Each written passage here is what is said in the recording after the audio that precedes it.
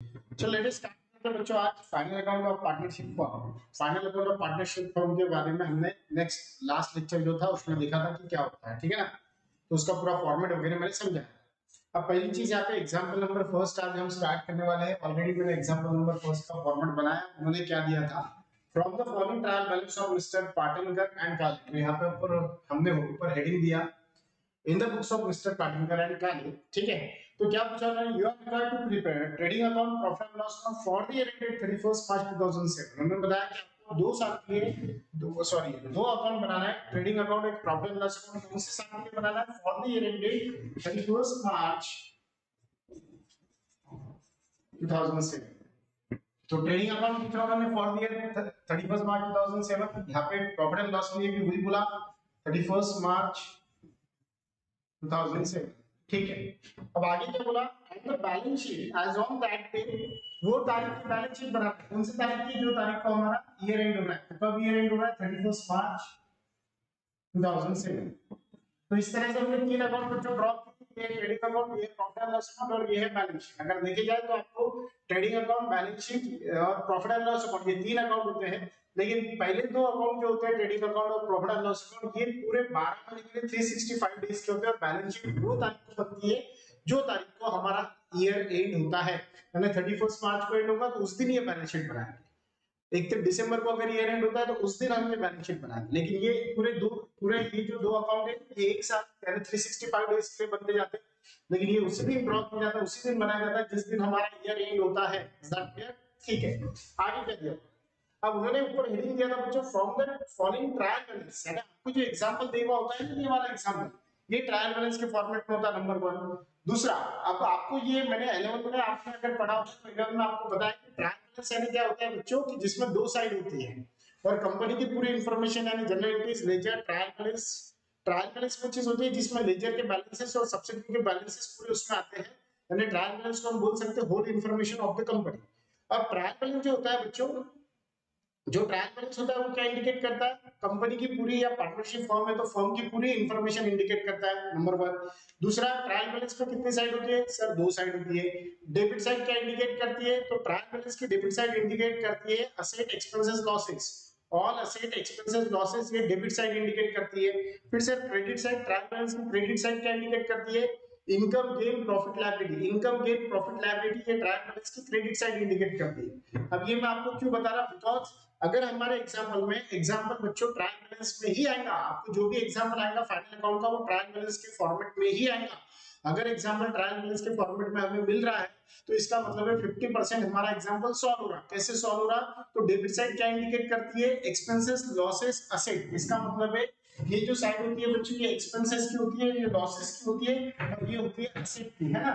इसका मतलब है डेबिट साइड की जो पॉइंट आएंगे, ये अभी हम इसको नंबरिंग देंगे 1 2 3 4 5 एंड 6। तो अगर डेबिट साइड में जो पॉइंट है बच्चों को आएंगे 1 3 6 आएंगे 1 3 6, बिकॉज डेबिट साइड क्या इंडिकेट करती है ट्रायल बैलेंस की, एक्सपेंसेस लॉसेस एंड असेट, ठीक है।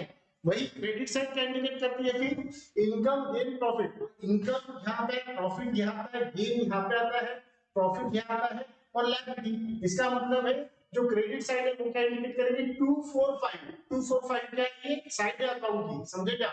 245 यानी आप चाहे तो आपके जो एग्जांपल देगा है उसके डेबिट साइड पे आप लिख सकते हो 136 136, है ना। और जो ये साइड है इसके ऊपर आप लिख सकते हो 245 245। इसका मतलब है डेबिट के सारे पॉइंट क्या आएंगे बच्चों, एक तो 1 में आएंगे, 3 में आएंगे या फिर 6 में आएगा, कोई भी पॉइंट 245 में नहीं आएगा। वैसे ही अगर देखी जाए तो जो क्रेडिट के पॉइंट है वो आएंगे 2 में आएंगे, 4 में आएंगे, 5 में आएंगे, कोई भी पॉइंट कहा नहीं आएगा। तो कोई भी पॉइंट बच्चों डेबिट में नहीं आएगा, लायबिलिटी में नहीं आएगा, समझा। तो ये चीज होती है इसमें। तो इसलिए इस ट्रायल बैलेंस जब आप एग्जाम में ट्रायल बैलेंस के फॉर्मेट में देवा है तो आधा एग्जाम्पल वही सॉल्व कर। अब है एडजस्टमेंट। अब एडजस्टमेंट क्या होती है बच्चों, तो एडजस्टमेंट का मतलब होता है एडिशनल इंफॉर्मेशन। एडजस्टमेंट क्या इंडिकेट करती है, तो एडजस्टमेंट वो चीज इंडिकेट करती है जो आपने ऊपर ट्रांजैक्शन किया, लेन देन किया जिसका भी, उसमें कुछ कमतरता होगी, कुछ लेन देन बाकी होगा, तो वो उसके बारे में जो एडिशनल इंफॉर्मेशन है, ज्यादा की जानकारी देनी होती है, उसको बोलते हैं एडजस्टमेंट। और ये एडजस्टमेंट जो होती है इसके बच्चे 2 इफेक्ट होते हैं। वैसे देखिए जाए तो हमें यहाँ पे टोटल 3 अकाउंट दिख रहे हैं, 3 अकाउंट में कितनी साइड दिख रही है, टोटल 6 साइड है। तो एडजस्टमेंट बच्चों कोई भी दो साइड पे इफेक्ट करवाती है। कितना अकाउंट दिख रहा है, 1 2 3, 3 में से कितनी साइड है, 6 साइड है, 6 में से कोई भी दो साइड में है, एक तो आइदर ट्रेडिंग अकाउंट की डेबिट साइड या फिर एसेट साइड, ये दोनों में से कोई भी एक साइड पे, दोनों साइड में क्या होता है बच्चों, इफेक्ट होता है। समझ लेना, एडजस्टमेंट के दो साइड पे इफेक्ट होता है। चलो अब एडजस्टमेंट नंबर फर्स्ट हम सॉल्व करेंगे। अब आप बोलेंगे सर पहले एडजस्टमेंट को सॉल्व करें, ऊपर से क्यों ले रहे हैं। बच्चों मैंने आपको बताया एडजस्टमेंट ये ऊपर के पॉइंट से रिलेटेड होती है, ऊपर के पॉइंट से रिलेटेड वो क्या करती है, इंफॉर्मेशन आपको प्रोवाइड करती है। अगर हम एडजस्टमेंट सॉल्व कर रहे हैं तो कहीं ना कहीं ऊपर का पॉइंट भी एडजस्टमेंट के साथ ही साथ सॉल्व हो जाएगा, यानी उतनी मेहनत हमारी कम होगी। तो इसलिए कभी भी शुरुआत में पहले एडजस्टमेंट से सॉल्व करना है। Closing stock on 31st March 2007 was valued at 36,000। Closing stock जो है वो 36,000 रुपीस है।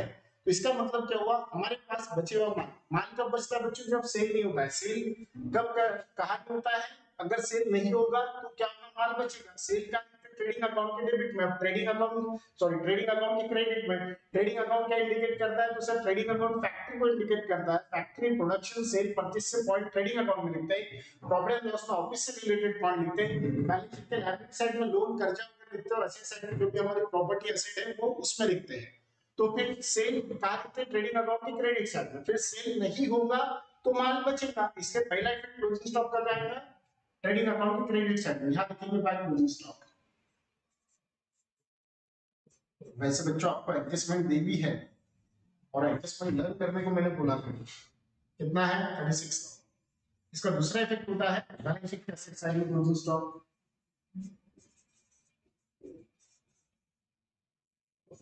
36।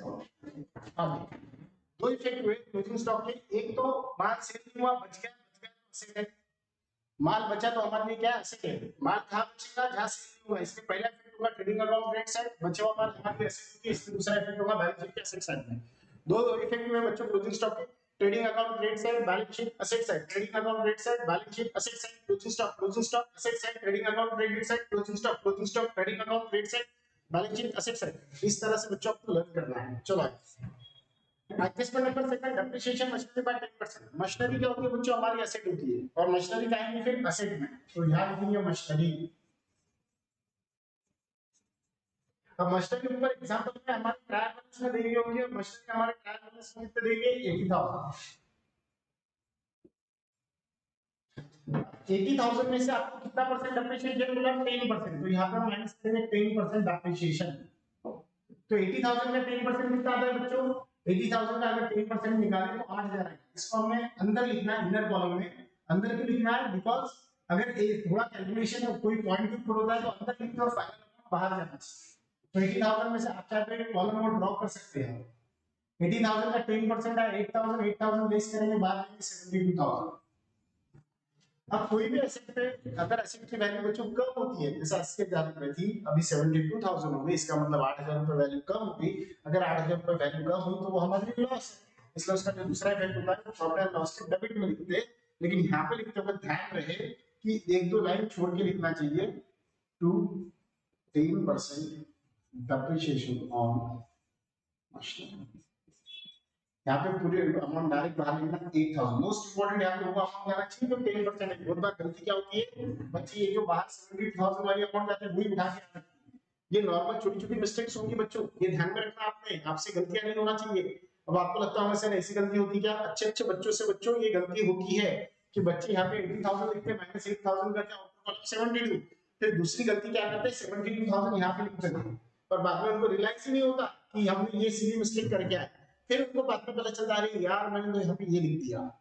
तो इसलिए धीरे से करना, घाई नहीं करना, सोच समझ के लिखना। चलो आउटस्टैंडिंग, आउटस्टैंडिंग का मतलब है देना था दिया नहीं, देना पड़ेगा। क्या नहीं दिया, वेजेस 2000, वेजेस 2,000 रुपए देना था दिया नहीं, देना पड़ेगा।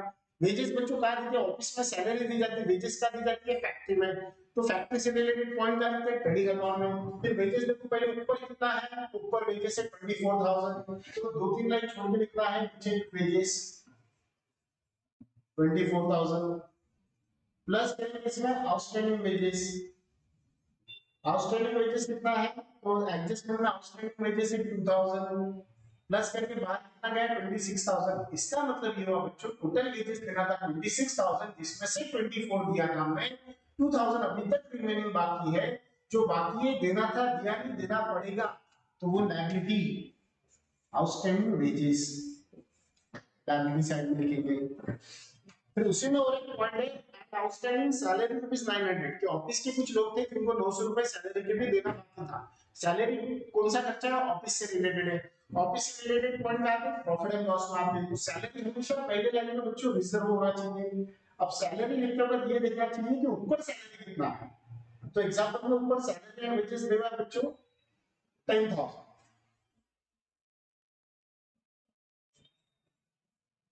उसमें हम प्लस करेंगे आउटस्टैंडिंग सैलरी। कितना है सैलरी 900, इसको अंदर लिखेंगे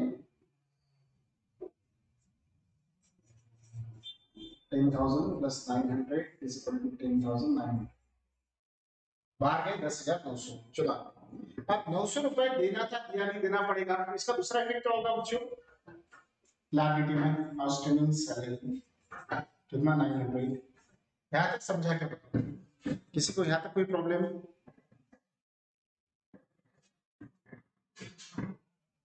सेजलपुर का 72,000 ओके, वहां पे बहुत जल्दी दिया बता। चलो नेक्स्ट देखो क्या दिया, provide for discount on certain creditors. अब क्रेडिटर्स यानी कौन होता है, क्रेडिटर्स यानी वो बंदा बच्चों जिससे हमने उधारी पे माल लिया, उसको हमें पेमेंट करना था। कितना पेमेंट करना था सर्टेन क्रेडिटर को, तो ऊपर देखो वहां पे देखो डेटर्स एंड क्रेडिटर देवा, D for debtors debit side, C for creditor credit side. तो डेटर्स के अमाउंट डेबिट में रहेंगी, क्रेडिटर के अमाउंट क्रेडिट में रहेंगी। वैसे भी क्रेडिटर्स से हम उधार पे माल लेते बच्चों, तो लायबिलिटी, लायबिलिटी साइड कौन सी साइड इंडिकेट करती है, credit side. Trial balance credit side indicate करती है लायबिलिटी, यानी क्रेडिटर को कितना देना है 64,000, तो क्रेडिटर लायबिलिटी साइड में लिखेंगे पहले तो कितना देना है 64,000 रुपीस देना है। फिर हमने क्रेडिटर से बात की कि सर आपको 64,000 देना है, हम एक साथ दे देंगे, तो आप हमें कोई डिस्काउंट देंगे क्या?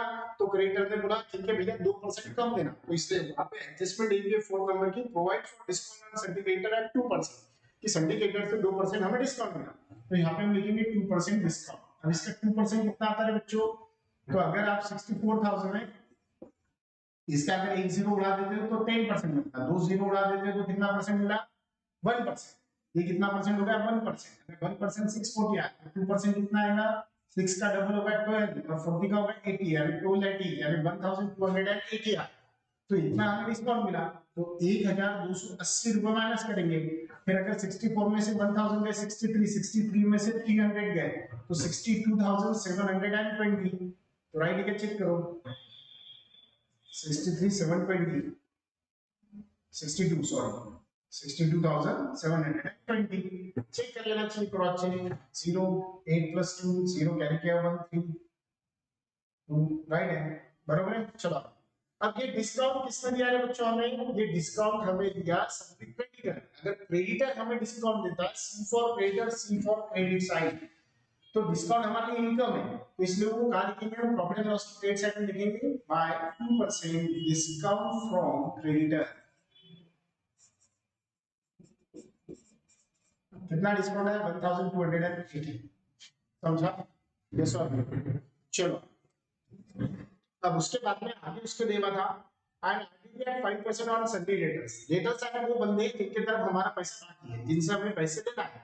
जहां पे बच्चों पैसे लेना आ गया तो वो सही, तो पैसे किससे लेना है, डेटर्स से। डेटर्स देखो ऊपर ट्रायल्स में डेटर देवा 70,400, D for debtors D for debit side में उसके अमाउंट है। तो डेटर्स क्या होगा ऐसे लिखिए, तो हम लिखेंगे आपने डेटर्स 70,400 लिखा हुआ है। फिर उन्होंने बोला कि आरडीडी, आरडीडी का मतलब समझिए, रिजर्व फॉर डाउटफुल डेट, उसको बोलते हैं RDD, reserve for doubtful debt या प्रोविजन फॉर डाउटफुल डेट। इसका मतलब है कल चल के हमें डाउट है कि वो डेट हो सकता है, यानी बुक डूब सकता है पैसा, इसलिए 5% हमें ऐसा लगता है कि भैया डेटर्स कितना 70,400, लेकिन हमें ऐसा लगता है 70,400 ये साल में वसूल नहीं होंगे, ये साल में सिर्फ इतने ही वसूल होंगे, 5% हो सकता है अगले साल में वसूल या डूब जाए, तो फिर उसको बोलते हैं न्यू आईडी 5% न्यू। अब सर इसको न्यू वर्ड हमने क्यों लगाया, तो न्यू आईडी का मतलब होता है जो ये साल में एडजस्टमेंट में से आई बच्चों, ये न्यू आईडी। दो टाइप की आईडी होती है, ओल्ड ओल्ड बोले तो पिछले साल, और जो एडजस्टमेंट में होती है वो होती है नई वाली। तो हम ये कहाँ से एडजस्टमेंट में से लाई, इसलिए इसको न्यू बोला, क्योंकि एडजस्टमेंट बोले तो अभी लेटेस्ट वाली होती है, तो इसमें न्यू आरडीडी कितना परसेंट बोला 5%। फिर बच्चों 70,400 के 5% निकालो, अब 70,000 के 5% कितना था 3,500, 400 का 10% 40 का 20 यानी कितना आया 3,520, 3,520 रुपए। इसको लेस करो इसमें से 0, 10 में से 2 गया 8 कैरी किया 1, 14 में से बच्चों 6 गया 8 कैरी किया 1, 10 में से 4 गया 6 कैरी किया 1, फिर से 6 यानी 66,880, तो 66,880 आया।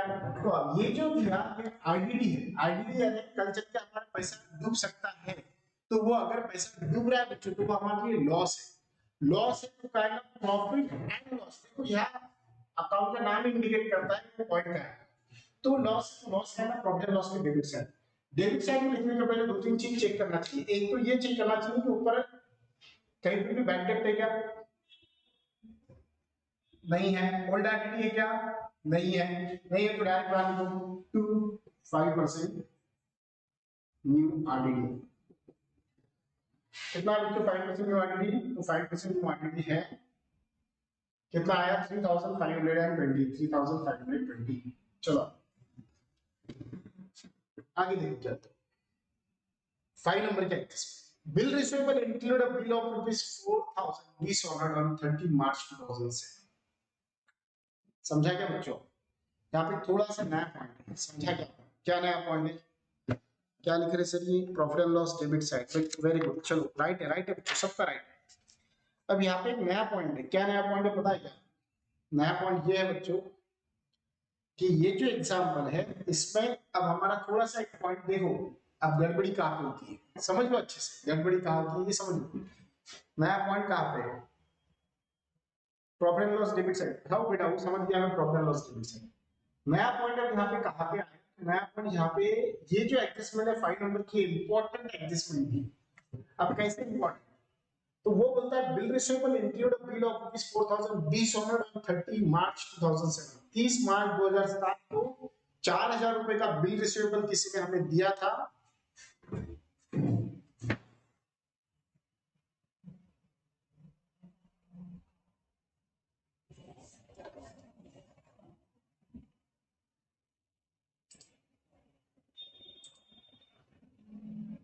है नो कैमरा बंद हुआ 2 मिनट वेट करो वेट करो।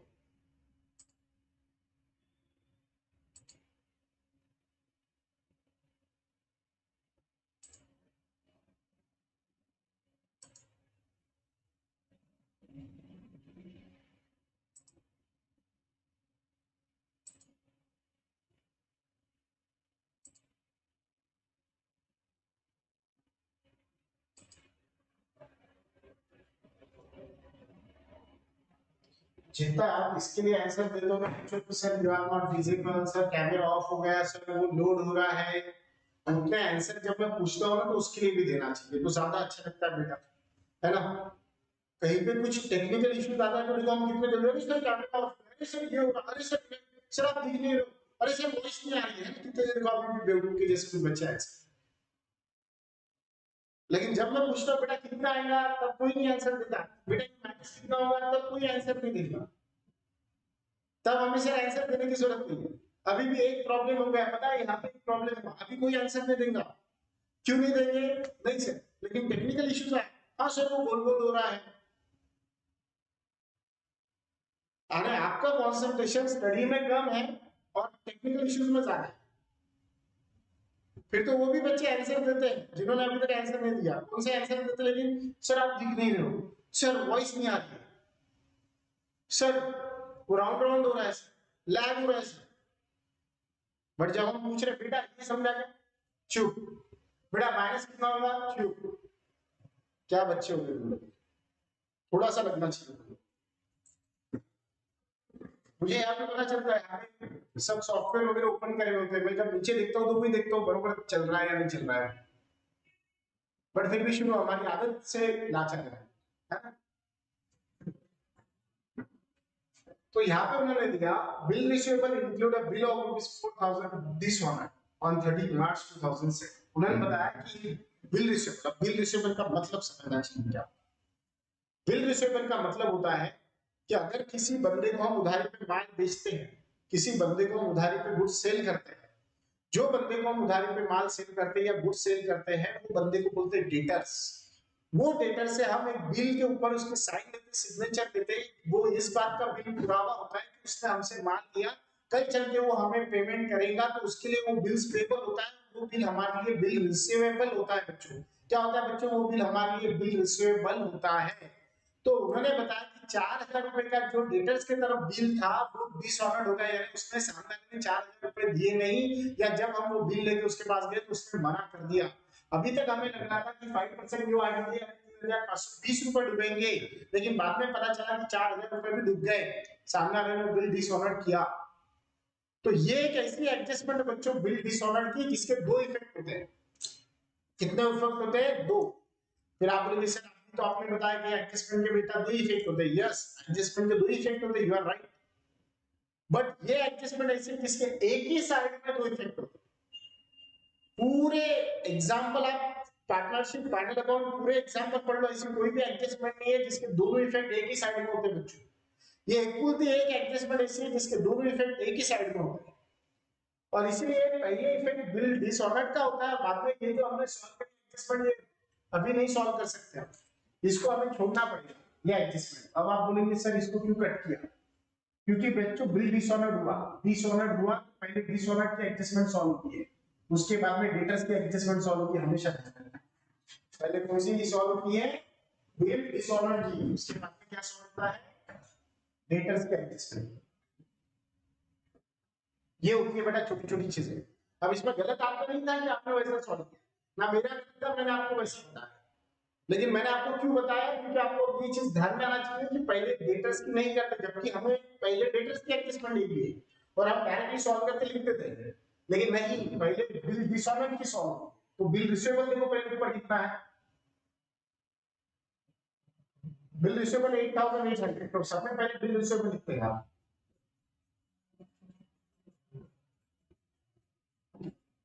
8,800 बिल रिसीवेबल लिखा। अब उसमें से माइनस किया डिसऑनर्ड बिल।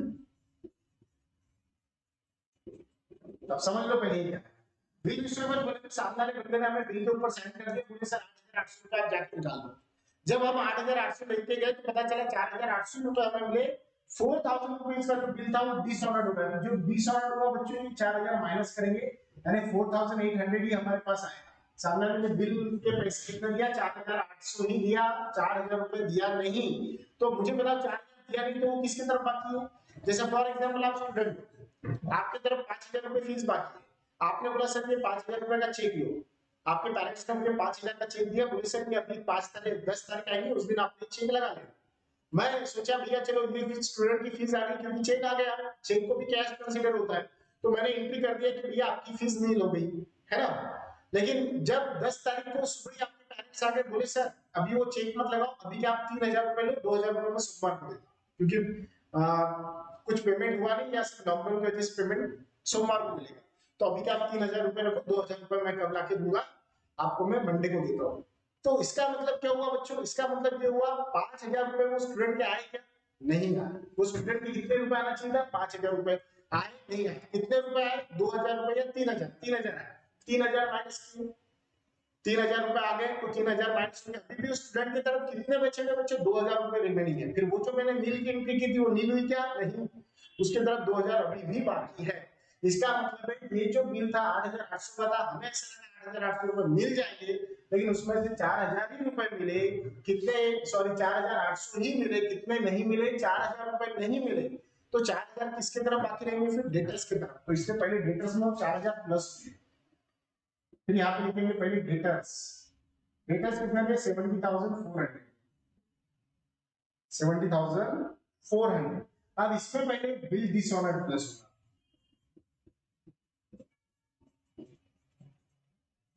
कितना था बिल डिसऑनर्ड? तो बिल डिसऑनर्ड था बच्चों 4,000। फिर ऐसा मिला कि कितना आया? 74,400। कितना आया? यानी हमें लगा 8,800 रुपए मिल जाएंगे, लेकिन 4,000 रुपए नहीं मिले। तो 4,000 रुपए फिर से किसके तरफ बाकी हुए? डेटर्स के तरफ। तो टोटल डेटर्स अब कितने हो गए? 74,400। फिर ये हो गई एक ही एडजस्टमेंट के दो इफेक्ट। पहला इफेक्ट क्या हुआ, असेट साइड में ही बिल रिसीवेबल में से माइनस, दूसरा डेटर में प्लस। हमेशा ध्यान में रखना बेटा, डेटर्स पे बाकी सारी एडजस्टमेंट बाद में सॉल्व होगी। पहले बिल रिसीवेबल डिसऑर्डर हुआ होगा तो पहले वो उसमें प्लस होगा, उसके बाद में आरडीडी, बैड डेट, डिस्काउंट, समझा क्या, फिर वो सब बाद में सॉल्व होती है।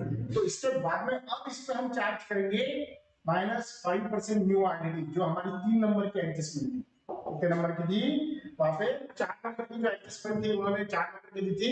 5% आरडीडी चार्ज करो डेटर्स के ऊपर। ये कब करेंगे, पहले 5 नंबर की एडजस्टमेंट सॉल्व होगी, उसके बाद में वो एडजस्टमेंट सॉल्व होगी, समझा क्या। तो अब निकालो इसका 5% कितना था, 3500 तो था, इसमें 200 रुपए इसके आ गए, 20 रुपए इसके आ गए, 3720, तो 3720 रुपए। अब बेस करो इसमें से 0 8 कैल किया 1, 14 में से 8 गया 6, कैल किया 1, 4 में से 4 गया 0, 7 एज इट इज 70680, 70680। फिर आईडीडी की जो अमाउंट है बच्चों कितनी आई, 3720 रुपए आई। और फिर ये जो हमने 520 लिखा था यहाँ पे 720 आ गया। देखो एक एडजस्टमेंट ऊपर नीचे सॉल्व हमारा तब भी राइट था, जो इसके पहले सॉल्व करना राइट था तब भी था, लेकिन उसका इफेक्ट जो बिल डिसऑर्डर का इफेक्ट है वो पहले होता, उसके बाद में डेटा की एडजस्टमेंट सॉल्व होती। अगर हम पहले वैसा करते बाद में ये लिखते, बाद में इसको 4,000 को यहाँ पे ऐड करते, तो 200 रुपए से हमारा एग्जाम्पल रॉन्ग आता बच्चों। यहाँ पे देखो 700 आया, पहले 500 था। तो ये छोटी छोटी मिस्टेक्स होती है, इसलिए मैंने पहले डेफिनेटली आपको एडजस्टमेंट सॉल्व करके दिखाया था कि आपको ध्यान में आए कि अगर वैसा नहीं करते तो क्या होता, समझा गया। अब बताओ यस और नो।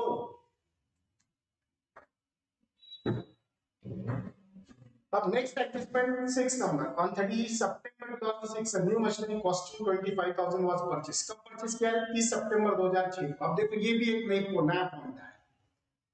अब मशीनरी के ऊपर हमने ऑलरेडी डेप्रिसिएशन दिया, देखो यहाँ पे मशीनरी का 80,000, इसमें से माइनस 3% डेप्रिसिएशन 8,000, बाहर गए 72,000, बरोबर है। लेकिन अब उसने क्या दिया, नीचे एक एडजस्टमेंट दिया कि मशीनरी जो है 30 सितंबर को एक नई मशीनरी परचेस किया 25,000। अब टोटल मशीनरी कितनी है 80,000 सर।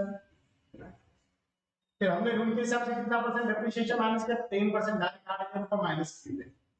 ये ऐसा हमने किया, लेकिन अब नीचे उसने ट्विस्ट दिया। क्या ट्विस्ट दिया कि भैया जो 80,000 की मशीनरी है इसमें 25,000 डेप्रिसिएशन तो वो साइड है, 25,000 की वो मशीनरी है जो कब परचेस की थी सर आपने, 30 सितंबर को की थी। कब की थी, 30 सितंबर। तो मुझे बताओ सितंबर हमारा ईयर का वेट होता है मार्च में। अब देखो डेट क्यों इंपॉर्टेंट है, ईयर का वेट हो रहा मार्च में, तो 30 सितंबर से मार्च कितने महीने होते हैं, 30 सितंबर यानी सितंबर कौन हो रहा क्या नहीं, फिर क्या कौन हो रहा, अक्टूबर, नवंबर, दिसंबर, जनवरी, फरवरी, मार्च, 6 महीने। अब आप बोलोगे देखो बच्चों यहाँ पे 30 सितंबर महीना पूरा कंप्लीट हुआ, हमने जो 25,000 की मशीनरी यानी टोटल 80,000 की है, ये बरोबर है। या आज के डेट में 21 मार्च को अगर देखे जाए तो हमारी जो मशीनरी है टोटल मशीनरी 80,000 की, 80,000 कैसे हुए, तो 25,000 की थी 30 सितंबर को लिए, और उसके पहले थी 55,000 रुपए की। कैसा है 55, तो 80 में से 25 माइनस करें तो 55, यानी 55 वाली जो मशीनरी थी ये 1 अप्रैल से हमारे पास थी तो 31 मार्च तक, समझा क्या। फिर हमने 30 सितंबर को क्या किया, इसमें और एक मशीनरी परचेस की 25,000 रुपए वाली, तो टोटल मशीनरी हमें कितने में गिरी, टोटल 80,000 की मशीनरी हमारे पास जमा हुई है 80,000 की। लेकिन 80,000 पे हम डायरेक्ट डेप्रिसिएशन चार्ज कर सकते हैं या नहीं कर सकते, क्यों, क्योंकि 80,000 ये पूरे मशीनरी के नहीं है, इसमें दो मशीनरी है। एक वो है 55,000 जिसको पूरे 12 महीने हो रहे हैं, तो 55,000 के 12 महीने हो रहे हैं, उसमें 10% आएगा 5,500 रुपए, और जो 25,000 रुपए इसका 10% आता है 2,500, लेकिन इसको 12 महीने नहीं हो रहे, फिर इसको कितने महीने हो रहे हैं, 6 महीने। फिर 6 महीने का डेप्रिसिएशन 1250, यानी 1250 प्लस 5500, टोटल 6,750 रुपए डेप्रिसिएशन। समझा क्या, फाइनल अकाउंट इतना इजी नहीं है बेटा। जो बच्चे बैचेस नहीं कर रहे ना मत करो, कोई बात नहीं है, ये बात में थोड़ी ना पढ़ाने वाला हूं मैं। अभी 12th का जो उनका तो लास्ट होगा, जो 11th के अगर कर रहे होंगे अटेंड टू वेल गुड, नहीं कर रहे होंगे तो उससे ज्यादा अच्छा है। बाद में आपको लगेगा सर और ले लेंगे, आप छोड़ दिया मैंने और लेना, अपनी एक ही बार होगा, अब एक ही बार पढ़ाऊंगा, 2-2 3 बार भी पढ़ा है तो आपको उसकी अहमियत नहीं है, वैल्यूज नहीं है। तो इस तरह से जो डेप्रिसिएशन आएगा बच्चों कितना आएगा 6,750। तो ये जो था 8% डेप्रिसिएशन जो हमने 8,000 लिखा, ये 8,000 नहीं आएगा, कितना आएगा 6,700। और फिर बाहर कितना जाएगा, बाहर जाएगा 70, जल्दी से 3,100। समझा? अब वो जो डेप्रिसिएशन का इफेक्ट हमने 8,000 किया तो 8,000 का होगा, कितने का होगा 6,750। ये था नया पॉइंट। अरे ये दोनों एडजस्टमेंट राइट थे, अगर इसके पहले हम सॉल्व करते मशीनरी भी बराबर था, डेटास भी बराबर था नीचे, लेकिन नीचे जो दो एडजस्टमेंट दी इन्होंने ये एडजस्टमेंट को पूरी तरह से पलट दिया, तो इसलिए मशीनरी हमने अभी तक 80,000 का 10% 8,000 माइनस करके लिख रहे थे, तो वो वैसा नहीं था। उसके लिए पहले हमें नीचे की एडजस्टमेंट डन करना, इसलिए मैं बोलता हूँ बच्चों भाई गड़बड़ी नहीं करना।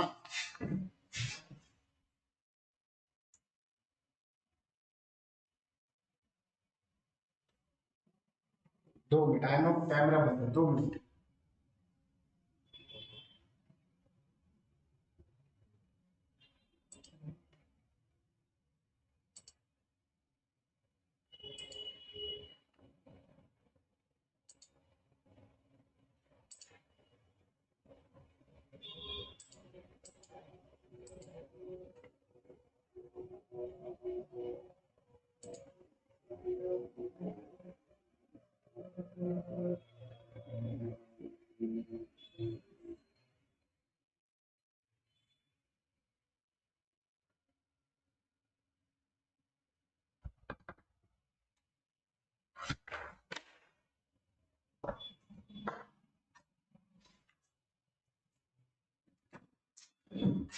ओके, तो यहाँ पे ये चीज का फर्क था, इसलिए कभी भी बच्चों जब आप एग्जांपल सॉल्व करें तो पहले पूरी एडजस्टमेंट रीड करो अच्छे से, पूरा एग्जांपल रीड करो, उसके बाद में सॉल्व करो, नहीं तो ऐसे करेक्शन होते। बट ये मैं आपको पहले से समझा सकता था, लेकिन मैं इसलिए नहीं समझा क्योंकि आपको पता होना चाहिए कि मिस्टेक्स कैसे होती है। अगर मशीनरी डायरेक्ट 8,000 माइनस करके हम लिखते हैं तो बच्चों डेप्रिसिएशन गलत आता, हमारा एग्जांपल रॉन्ग होता, जबकि राइट था, टोटल फिर भी राइट आती थी, बट फिर भी गलत होता था। फिर दूसरा, अगर आप ऐसा सॉल्व करते तो आपको कंफ्यूज होता था यार 25,000 की और नहीं मशीनरी 25 की, तो आप 25,000 की और मशीनरी आपका सेट में लिखते थे, तो वैसा नहीं था। उसका बोलना ये था कि जो 80,000 इसमें 25,000 की मशीनरी कब ली 30 सितंबर को, और उसके पहले 55,000 की थी, तो दोनों मिला के अभी 80,000 है। तो डेट देखना चाहिए, इसमें डेट का बहुत ज्यादा इंपॉर्टेंट रोल प्ले होता है। इसको हिडन एडजस्टमेंट बोलते हैं, जिसके बारे में थोड़ी सी इंफॉर्मेशन होती है, लेकिन उसका कैलकुलेशन बहुत लंबा चौड़ा है। तो इस तरह से मशीनरी का था बच्चों, इस तरह से डेटर्स का था। यहाँ पे हमारी एडजस्टमेंट कंप्लीट हुई। अब हम यहाँ पे क्या सॉल्व करेंगे, आप ट्रायल बैलेंस के पॉइंट सॉल्व करेंगे। ट्रायल बैलेंस के पॉइंट क्या करते हैं, उनके साइड में आएंगे। ये मैंने अभी एग्जांपल जब स्टार्ट किया तब आपको बताया कि ट्रायल बैलेंस के जो पॉइंट होते हैं, डेबिट के पॉइंट 136 और क्रेडिट के पॉइंट 245।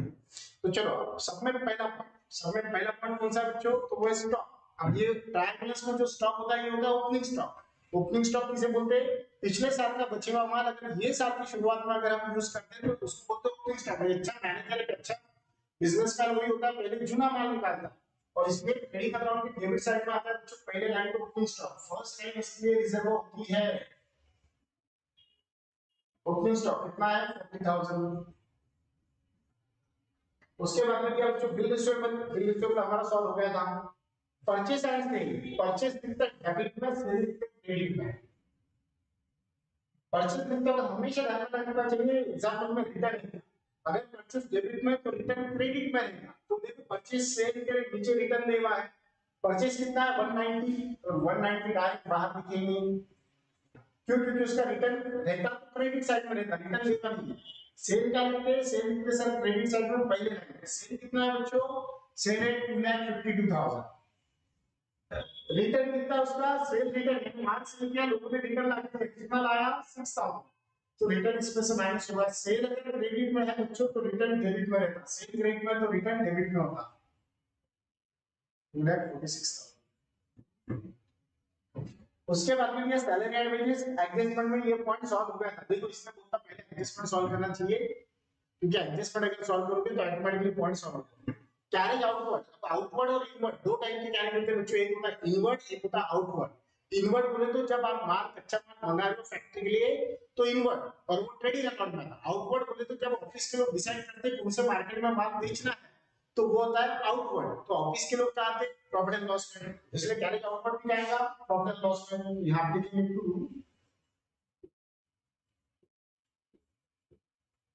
Carriage outward. कितना है कैरेज आउटवर्ड, वो दे हुआ है 1400। बाद में वेजेस, वेजेस एग्जांपल में हमारा सॉल्व हो गया था एडजस्टमेंट के हिसाब से। उसके बाद में दिया बच्चों ने इंश्योरेंस, इंश्योरेंस हमारा सॉल्व नहीं हुआ। इंश्योरेंस का डेबिट में, इंश्योरेंस हम लिखेंगे प्रॉफिट एंड लॉस के डेबिट में, क्योंकि प्रॉफिट एंड लॉस ऑफिस के लोग डिसाइड करते हैं इंश्योरेंस क्या निकालना है, इसका नहीं निकालना है 1600। बाद में दिया बच्चों डिस्काउंट। अब देखो यहाँ डिस्काउंट की अमाउंट डेबिट में दिख रही है कि क्रेडिट में दिख रही है, तो सर डिस्काउंट की अमाउंट हमें क्रेडिट में दिख रही है। तो मैंने बताया था क्रेडिट में कौन से पॉइंट आते हैं, एक तो आते हैं प्रॉफिट गेन इनकम या लायबिलिटी, यानी डिस्काउंट जो है वो दिया नहीं, डिस्काउंट हमें मिला बच्चों। अगर डिस्काउंट हमें मिला तो इसका मतलब वो इनकम है, वो कहां आना चाहिए प्रॉफिट एंड लॉस की क्रेडिट साइड में। यहाँ पे लिखेंगे बाय डिस्काउंट। देखो डिस्काउंट के सामने रिसीव्ड वर्ड नहीं था, लेकिन उसके क्रेडिट में थी, इसमें से हमें पता चला कि डिस्काउंट हमें मिला। कितना था डिस्काउंट 400। उसके बाद में क्या बच्चों पोस्टेज, पोस्टेज क्या लिखते हैं, तो पोस्टेज ऑफिस के लोग करते हैं, टेलीग्राम करना, पोस्ट करना, तो प्रॉफिट एंड लॉस में कितना था पोस्टेज, कितना पोस्टेज तो है 800। उसके बाद में डेटर्स एंड क्रेडिटर्स, तो ये हमारा सॉल्व हो गया था। फर्नीचर, फर्नीचर की एसेट होती है, तो क्या लिखेंगे एसेट साइड। कितना है फर्नीचर, पता चला फर्नीचर है 20,000। कैश एंड बैंक, हमारे पास कैश, कैश हमारी एसेट होती है बच्चों, एसेट साइड में लिखेंगे कैश एंड बैंक 13,800। उसके बाद में मशीनरी हो गया था। प्रिंटिंग एंड स्टेशनरी, ये क्या होगा ऑफिस से रिलेटेड पॉइंट, ऑफिस में लिखते हैं।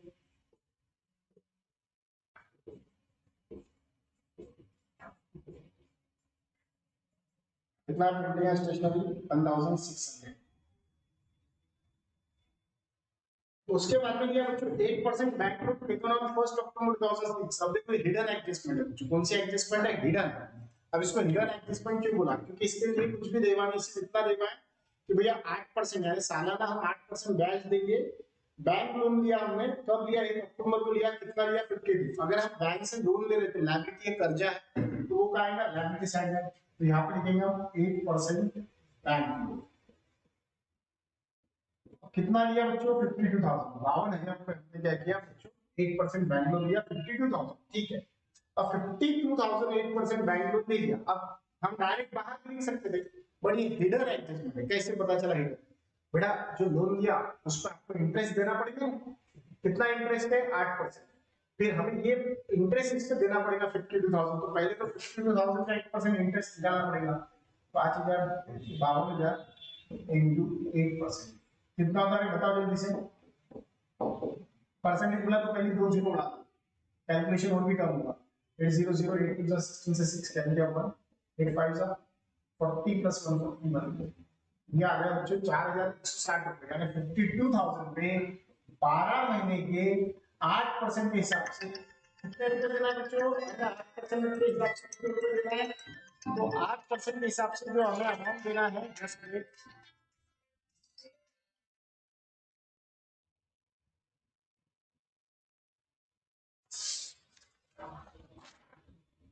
8% के हिसाब से देखे जाए तो हमें जो इंटरेस्ट देना है कितना देना है बच्चों 4,160 देना है, कितना देना है 4,160। अब ये हो गया 12 महीने के लिए, लेकिन हमने लोन कब उठाया बच्चों, हमने जो लोन उठाया ये उठाया था कब उठाया था 1 अक्टूबर को, देखो आपने डेट दी हुई है, टेकन ऑन 1 अक्टूबर, एक सेकंड, टेकन ऑन 1 अक्टूबर है ना, तो टेकन ऑन 1 अक्टूबर बोला, तो हमने जो लोन उठाया ये कब उठाया था बच्चों 1 अक्टूबर को उठाया। अब 1 अक्टूबर को अगर हम लोन उठा रहे हैं तो इसका मतलब क्या हुआ, 1 अक्टूबर को अगर हमने लोन उठाया तो 1 अक्टूबर से लेके तो 31 मार्च तक कितने महीने हुए, 1 अक्टूबर से 31 मार्च तक कितने महीने हुए, अक्टूबर नवंबर दिसंबर जनवरी फरवरी मार्च 6 महीने, तो 12 महीने का हुआ 4,160, 12 महीने का हुआ 4,160, 12 महीने का हुआ 4,160, तो फिर 6 महीने का कितना 2018, ऐसे आया, इसका हाफ कर दो। समझा क्या, यस और नो, फिर से बताना। 8% बैंक लोन दिया 52,000। अब अगर कोई भी पॉइंट के सामने परसेंटेज का साइन रहा, कोई भी पॉइंट के सामने अगर परसेंटेज का साइन रहा, तो इसका मतलब क्या हुआ? इसका मतलब ये हुआ कि जो ये जो परसेंटेज है इनडायरेक्ट एडजस्टमेंट है, हिडन एडजस्टमेंट है, इसको सॉल्व करना है। तो इसको सॉल्व कैसे करते हैं? तो 8% निकाला 52,000 को, 8% 52,000 निकाला कितना था? तो वो आया 4,160। तो ये जो 8% होते हैं कितने महीने के लिए होते हैं बच्चों? ये 1 साल के लिए होते हैं। 1 साल का बैच होता है, 1 साल का इंटरेस्ट होता है। तो 1 साल का इंटरेस्ट कितना आया? 4160, यानी 1 साल में हमने इंटरेस्ट देना था 4160। फिर लेकिन हमने लोन कब लिया? हमने तो लोन तो अक्टूबर को लिया। तो अक्टूबर से मार्च कितने महीने रहे? 1 अक्टूबर को लिया, यानी अक्टूबर महीना पूरा कंसीडर होगा। अक्टूबर, नवंबर, दिसंबर, जनवरी, फरवरी, मार्च, 6 महीने। तो 12 महीने का अगर 4160, तो 6 महीने का कितना? 2000।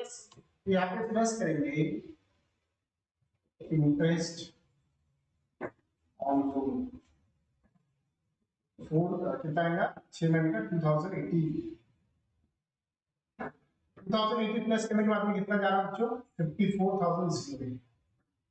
समझा क्या? इंटरेस्ट कभी भी प्लस होता है। अगर आपने लोन उठाया बच्चों, तो उसका इंटरेस्ट आपको जब साल एंड होता है तब पे करना पड़ता है। तो पता चला हमें टोटल अमाउंट कितनी है हमारे बाकी 54,080। तो ये जो 2080 रुपए जो इंटरेस्ट है ये देना था, दिया नहीं, देना पड़ेगा, इसलिए वो लायबिलिटी। और इसका दूसरा इफेक्ट होता है प्रॉफिट एंड लॉस के क्रेडिट साइड। यहाँ पे लिखेंगे 8% इंटरेस्ट ऑन बैंक लोन, कितना? 2080। समझा क्या? इस तरह से बच्चों ये एडजस्टमेंट सॉल्विंग, इसको हिडन एडजस्टमेंट बोलते हैं, जिसके बारे में नीचे कुछ भी लेवा नहीं था, लेकिन फिर भी इसके कितने इफेक्ट हुए? 2 इफेक्ट। सर फाइनल अकाउंट उन्हीं को आएगा बेटा जिसका कंसंट्रेशन पूरा होगा। एग्जाम्पल रीड करते वक्त कहाँ पे कौन सा पॉइंट आया तो क्या करना चाहिए, जिसका कंसंट्रेशन बेस्ट हुआ उसी को फाइनल अकाउंट। जो ध्यान नहीं दे रहा या जो कर नहीं रहा, जो ये सोचा अभी मैं प्रमोटेड हो जाऊंगा या कैट एग्जाम आएंगी या होंगी या नहीं होंगी, या चीटिंग चलेगी एग्जाम में, है ना, एग्जाम में ऐसे ही चलेगा, स्ट्रिक्ट नहीं होगा, तो ये सब गलत फहमियां। 12 के एग्जाम कंपलसरी होने वाली है, प्लस ये इंपॉर्टेंट एग्जाम्पल है, चीटिंग का कोई रूल नहीं, डिस्टेंस इतना रहेगा, सोशल डिस्टेंस मेंटेन करके वहां के, और आपको गैप छोड़ के बैठाएंगे, इतना गैप रहेगा 6 फुट का कि आप किसका देख भी नहीं पाओगे। तो इसलिए ये सब चीजों से निकल जाओ बाहर, आपको खुद को मेहनत करना है, स्टडी करना है बच्चों, कंसंट्रेशन करो, कौन सा पॉइंट पे क्या होता है सब लिख के रखो, एडजस्टमेंट समझो, लर्न करो उसको और सॉल्व करो, करते आना चाहिए। दूसरा कैलकुलेटर अलाउड नहीं रहता आपको, आपको सेल्फ टोटल करते आना चाहिए कि इतने इतने इतने में से माइनस, ये सब आपको आना चाहिए, तो ये आप पास हो गए, अदरवाइज नहीं होता है। चलो, नहीं तो मैंने 4 बार भी लिया ये रिपीट, सर फाइनल अकाउंट लो, सर इनकम एक्सपेंडिचर लो, सर हिंदी लो, सर मराठी लो, सर ये लो, सर मैं सब लेता, लेकिन आप कितना कर रहे हो ये भी तो इंपॉर्टेंट है। ये 3rd टाइम हमारा रिपीट होगा, बट फिर भी हम नहीं कर रहे, तो ये चीजें सब देखो आप, ठीक है। आगे अब नेक्स्ट पॉइंट बचा बच्चों कैपिटल। कैपिटल क्या करते हैं? कैपिटल में क्या है? पहला पाटनगर, बाद में कौन है? काले। अब पाटनगर कितना है? 60,000। काले कितना है? 40,000। दोनों मिला के कैपिटल कितना गया बाहर? 1 लाख। यहाँ पे हमने पूरे पॉइंट लिखे बच्चों, हमने क्या किया, अभी एग्जांपल हमारा पूरा सॉल्व नहीं हुआ, हमने सिर्फ पॉइंट लिखे, 3 अकाउंट बनाए, तीनों अकाउंट में कौन से पॉइंट कहा थे, एडजस्टमेंट कैसे सॉल्व होते, सिर्फ हमने इतने पॉइंट लिखे। अब इसको करना पड़ता है क्लोज। अब ये अकाउंट क्लोज करने की अपनी एक टेक्निक होती है, जो क्लोज करते हैं बच्चों, इसको अब अकाउंट को क्लोज करना है। समझ में आ रहा है कि यहाँ तक? यस और नो बताओ जल्दी, फटाफट रिप्लाई करो।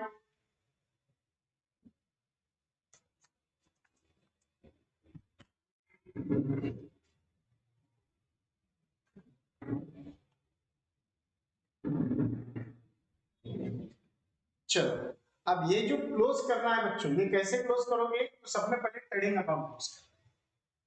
ट्रेडिंग अकाउंट की टोटल कितने आती थी? यहाँ पे टू लैख 82,000। राइट है, टोटल चेक करो फटाफट, आप बताओ टोटल। अब आंसर, अब टोटल राइट है क्या सर? नहीं है क्या? क्या है क्या नहीं है? फटाफट बताओ, आप आंसर दो।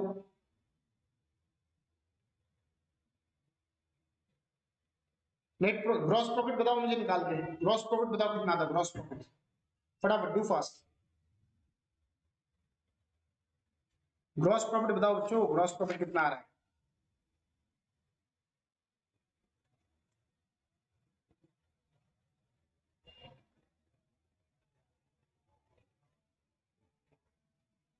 निकालो, आपको कैलकुलेशन करना है, मैं रुक रहा हूँ यहाँ पे, बताओ मुझे फटाफट विद इन सेकंड बताना है। ग्रॉस प्रॉफिट कितना था? ये 2,82,000 टोटल, यहाँ पे 2,82,000 ऊपर की टोटल, इसमें से माइनस करो, देखो डिफरेंस कितना आ रहा है।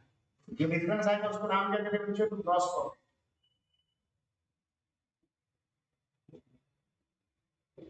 कहा जाता है इसको transfer to profit and loss. कितना आया बताओ, बताओ जल्दी जल्दी बताओ यार।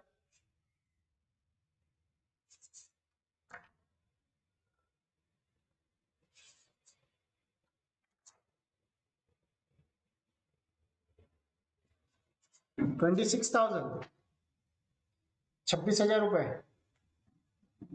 कैसे? 1,90,40, 2,30,000, 2,30,000 प्लस 20, 2,50,000, 2,56,000, 2,50,000 गैस तो ये हो गया 32, 32 में से 6 गया 28, राइट है क्या? 26,000 राइट है, चलो राइट है। 26,000 रुपए आया बच्चों ग्रॉस प्रॉफिट। मैंने पहले टोटल क्रेडिट की उठा के आ रहा है डेबिट में, ऊपर के पॉइंट माइनस की, जो डिफरेंस आ रहा है इसके बीच में उसको नाम देंगे ग्रॉस प्रॉफिट। और ये ग्रॉस प्रॉफिट कहां ट्रांसफर होगा? Transfer to profit and loss. ये ग्रॉस प्रॉफिट होगा यहां पे ट्रांसफर बाय ग्रॉस प्रॉफिट। कहां से आए बच्चों ये ग्रॉस प्रॉफिट? यहां लिखना पड़ेगा from trading account, trading account से। कितना आया? 26,000 आया।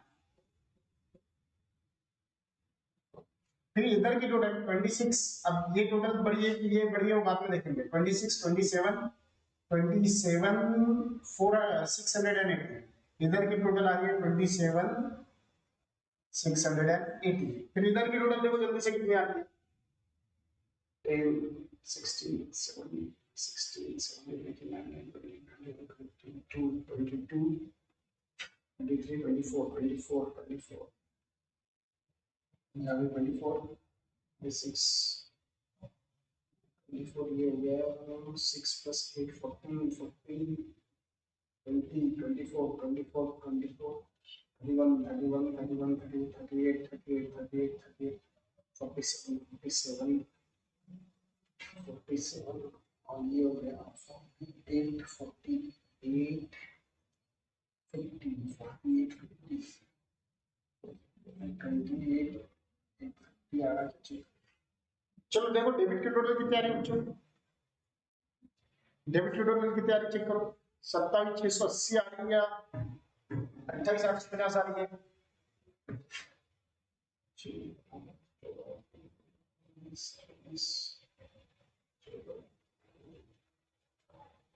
चेक करो टोटल बताओ। No, wrong wrong wrong. Total बताओ, टोटल करके बताना आपको मुझे।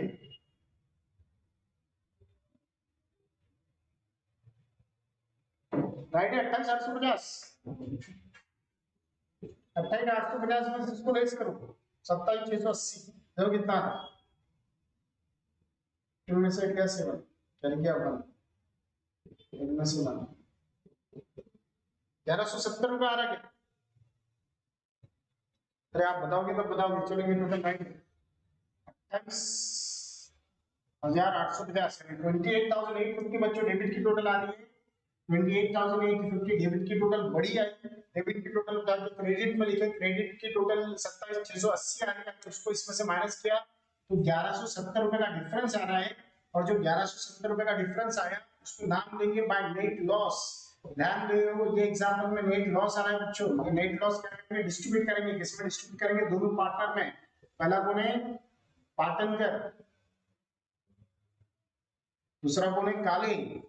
पाटनकर कालीन का रेशियो क्या था? पूरे एग्जांपल में रेशियो देवा नहीं है। अगर रेशियो देवा नहीं है तो इसका मतलब है 50-50%। तो 1,000 का हो गया आधा 500 रुपए, बरोबर है। और 170 का कितना होगा जल्दी से बताओ, जल्दी 170 का हाफ बताओ कितना था? 85, अरे 585 585 घंटा इस तरह से 1170 को अगर दो इसमें डिवाइड किया जाए एक बार में तो 585 इनको नेट प्रॉफिट आया।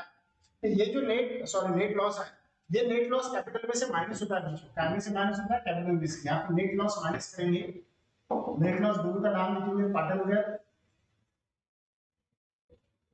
और काले, कितना आया 585 प्लस 585, और ये नेट लॉस 1170 रुपए, इसमें से माइनस होंगे 1 लाख जी। अब 1100 और 1000 रुपए माइनस करेंगे 99 आ गया, 98,830।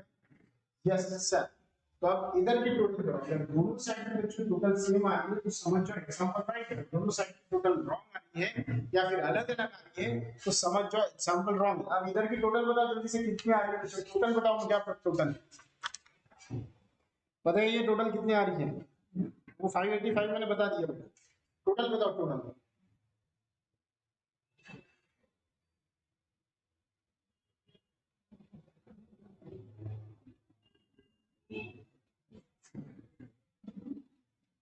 ये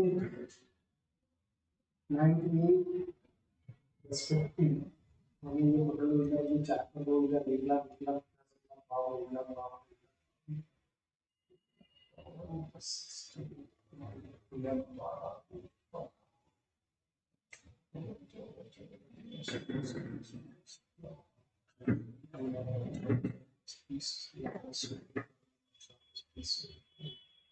कितने आ रही टोटल बच्चों, 2,18,530 देखो तो राइट, 2,18,530 जीरो 5 प्लस 8 जो होगा 30 राइट है। 2,18,530 आना चाहिए, 2,18,530 ये टोटल आना चाहिए आपको, 2,18,530 रुपए टोटल आना चाहिए दोनों साइड की टोटल 2,18,530। तो इस तरह से बच्चों फाइनल अकाउंट का पहला एग्जांपल देगा पार्टनर का और काले का, तो जिसमें दो एडजस्टमेंट ऐसे थे जिसने आपके एडजस्टमेंट को इफेक्ट करवाया, जबकि उसके दूसरे इफेक्ट नहीं हुआ बट एक ही साइड पे इफेक्ट करने के बाद में उसका इम्पैक्ट हुआ। एक मछली के ऊपर आई थी एडजस्टमेंट, जो पहले तो एडजस्टमेंट थी 10% निकालो, लेकिन उसके अलावा भी क्या ऐसी एडजस्टमेंट थी जिसका इफेक्ट नहीं हुआ, लेकिन जब कैलकुलेशन करोगे तो उसमें उसने बहुत बड़ा रोल प्ले किया था। वो थी कि 30 सितंबर को उन्होंने 25,000 की मछली परचेज की थी, वो दूसरा था डिसऑनर हुआ भी, तो इसका इफेक्ट भी हुआ और इसने क्या किया इम्पैक्ट भी किया।